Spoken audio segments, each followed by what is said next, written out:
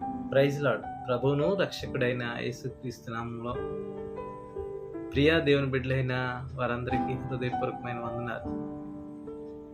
దేవుని మహాకృపను బట్టి అందరూ బాగున్నారు కదా. దేవుడు మిమ్మల్ని అందరినీ ఆయన రెక్కల నీడలో కాస్తూ బలపరుస్తున్నాడు కదా. దాన్ని బట్టి ప్రభుకే సమస్తమైన మహిమ, ఘనత, ప్రభావం. ప్రియమైన దేవుని బిడ్డలారా, ఈరోజు దేవుని మాట చేత మనందరము ఒక మాట చేత బలపరచబడాలని ప్రభు పేరిట మనవి చేస్తున్నాను.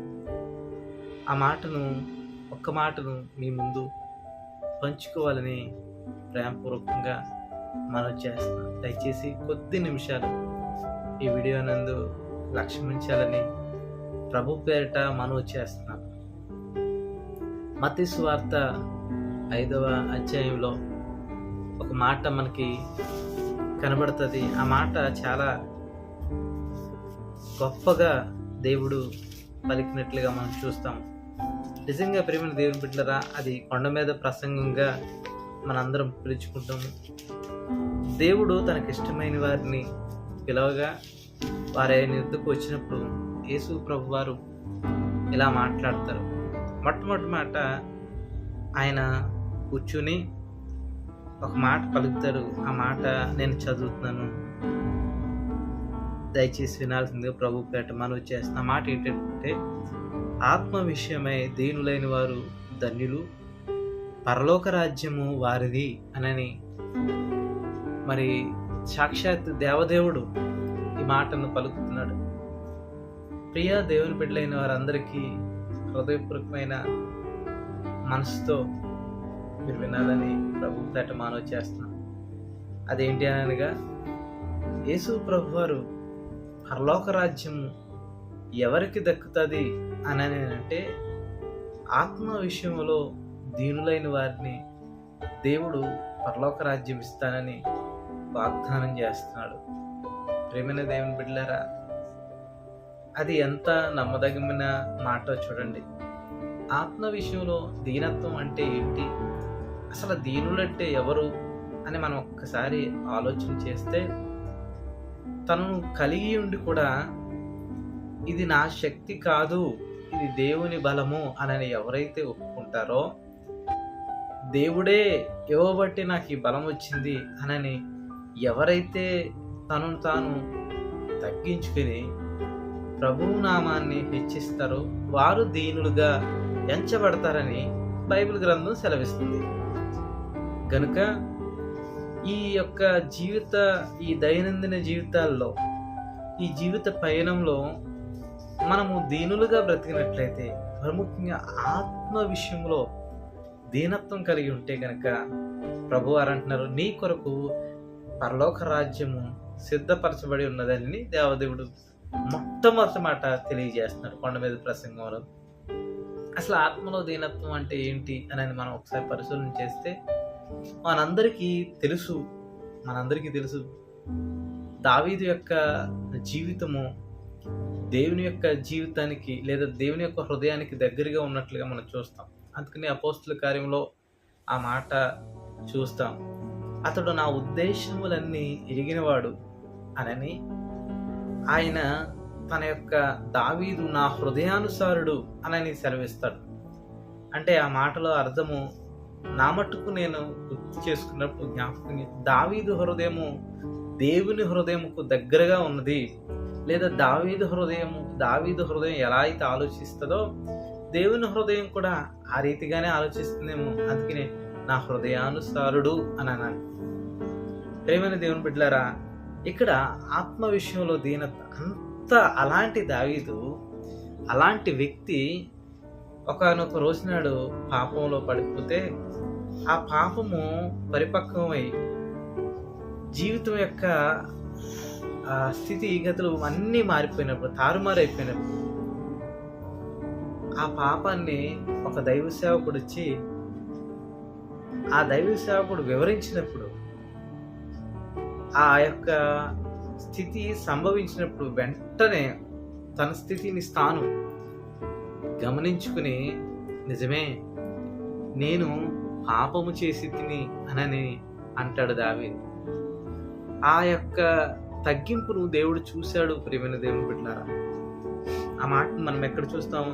2 సమూయేలు గ్రంథము 12వ అధ్యాయము మొట్టమొదటి నుంచి మనం చూస్తే, నాతాను ప్రవక్త వచ్చి దావీదుని ఒక ఉపమానం చెప్పి, ఆ ఉపమానంలో ఉన్న మనుషుడు నీవే అని చెప్పినప్పుడు, అప్పుడు వెంటనే తాను విరిగి నలిగిన హృదయంతో ఆత్మ విషయంలో దీనత్వం అంటే చెప్తున్నారు. దాని యొక్క పర్యవసానం ఎలా ప్రచురం అవుతుంది లేదా ఎలా బయటకు వస్తుంది అని అన్నది అక్కడ మనకు కనబడుతుంది. కనబడి ఒక మాట అంటాడు, నిజమే నేను పాపము చేసి తిని, పాపం చేసిన వాడు నేనే అని తాను ఒప్పుకొని ఆ పాపము నుండి విడుదల పొందటానికి ఎన్నోసార్లు ప్రభువును బ్రతిమలాడతాడు. మనము 51వ కీర్తన చదివితే అక్కడ ఒక మాట రాయబడి ఉంటుంది, నా పాపము పోనట్లుగా నన్ను బాగుగా కడుగుము. ప్రియమైన దేవుని బిడ్డలారా, ఆత్మలో దీనత్వం కలిగిన వారు తప్పకుండా ఈ ప్రార్థన చేస్తారు. ఆత్మ సంబంధమైన మనుషులు ఆత్మ కోసం ఆలోచిస్తారు. ప్రతి దినము ఆత్మ బలముగా ఉండాలని కోరుకుంటారు. ఒక దైవజనుడిని లేదా ఒక దైవజనుడు ఒక వ్యక్తిని అడిగాడట, అయ్యా నీ ఆధ్యాత్మిక స్థితికి శరీరానికి పరిస్థితులు ఎప్పుడున్నా పోటీ జరిగిందా అని అడిగాడట. అడిగితే అతను అంటున్నాడంట, ఒక తెల్ల పిల్లి నల్ల పిల్లి కొట్టుకున్నట్లు ఉన్నదండి నా హృదయంలో అని అన్నాడట. తెల్ల పిల్లి నల్ల పిల్లి, మరి ఏ పిల్లి నగ్గుతుందయ్యా అని అడిగితే చాలాసార్లు నల్ల పిల్లే నగ్గేస్తుందండి అని. నిజమే, ఆత్మకును శరీరానికి ఎప్పుడు వ్యత్యాసం ఉంటుంది లేదా తిరుగుబాటు ఉంటుంది. ఆ ఆత్మానుసార్లు నిజముగా ఆత్మ విషయం మీద నువ్వు మనసు పెట్టగలిగితే దేవుడు అంటున్నాడు, ఆత్మానుసార్లు ఆత్మ విషయంలో ఎక్కువ శ్రద్ధ కలిగి ఉంటారు, శరీరానుసార్లు శరీర విషయం మీద శ్రద్ధ కలిగి ఉంటారు. అయితే దేవుని చెప్తున్న మాట, ఆత్మలో దేహత్వం కలిగిన వారు పరలోక రాజ్యానికి వారసులవుటకు వారు సర్టిఫికెట్ పొందిన వారు అని దేవుడు చెప్తున్నాడు. ప్రేమైన దేవుని బిడ్డలారా, ఈ రాత్రికాల సమయంలో లేదా ఈ వాక్యం వింటున్న దేవుని బిడ్డలైన వారందరికీ ప్రేమపూర్వకంగా తెలియజేస్తున్నాను, మనందరము పరలోక రాజ్యానికి వారసులగుటకు పిలువబడుతుమని పేతురు భక్తుడు సెలవిస్తున్నారు. ఆశీర్వాదము నొందుటకు మీరు ఆశీర్వాదంగా ఉండుటకు మీరు పిలువబడితిరి అని అంటాడు పేతురు భక్తుడు. ప్రియ దేవుని బిడ్డలైన వారందరికీ దయచేసి మనం అందరము ఆత్మ విషయంలో ఎదిగి ఆత్మలో దీనత్వం కలిగి బ్రతకాలని ప్రభు కోరుకుంటున్నాడు. అటు కృప అటు దీవెన మనందరికీ దేవుడు దయచేయాలని ప్రభు పేరట మనవి చేస్తున్నాను. దేవుడు దావీదును విరిగి నలిగిన మనసును చూసి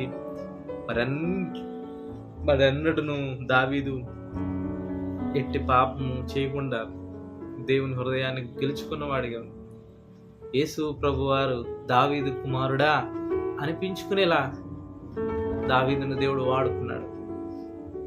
ప్రియమైన దేవుని బిడ్డలారా, దేవుడు నీతో మాట్లాడుతున్నప్పుడు నీ ఆత్మ ఎలా ఉన్నది? ఆత్మ విషయంలో నువ్వు తగ్గించుకుని ఉంటున్నావా లేదా శరీర విషయంలో తగ్గించుకుని ఉంటున్నావా? ఆత్మానుసార్లు ఆత్మ విషయమై దీనత్వం కలిగి ఉంటారు, శరీరానుసారులు శరీర విషయంలో హెచ్చు కలిగి ఉంటారు. మరి నువ్వు ఆత్మానుసారుడిగా బ్రతికినట్లయితే దేవుడు అంటున్నాడు, నీ కొరకే పరలోక రాజ్యము సిద్ధపరిచి ఉంచాను అంటున్నాడు. మరి అటువంటి దీవెన, అటువంటి కృప, అటువంటి సర్వ సమృద్ధిని నువ్వు అనుభవించాలని ప్రభు కోరుకుంటున్నాడు. ఇంకా మరెన్నో మాటలు బైబిల్ గ్రంథంలో ఆత్మ విషయమే ఉన్నది. ఆత్మానుసారులుగా జీవించి పరలోక రాజ్యం స్వతంత్రించుకునే వారిగా ఉండాలని ప్రభు పేరట మనవి చేస్తూ ఈ కొద్ది మాటలు ప్రభు వినికిల్లో దీవించి ఆశీర్వదించబడునుగాక. ఆమె ఒక్క మాట, దయచేసి ఈ వీడియో చూసిన ప్రతి ఒక్కరూ ఈ ఛానల్ని సబ్స్క్రైబ్ చేసి షేర్ చేయాల్సిందిగా ప్రభు పేరట మనవి చేస్తున్నాం.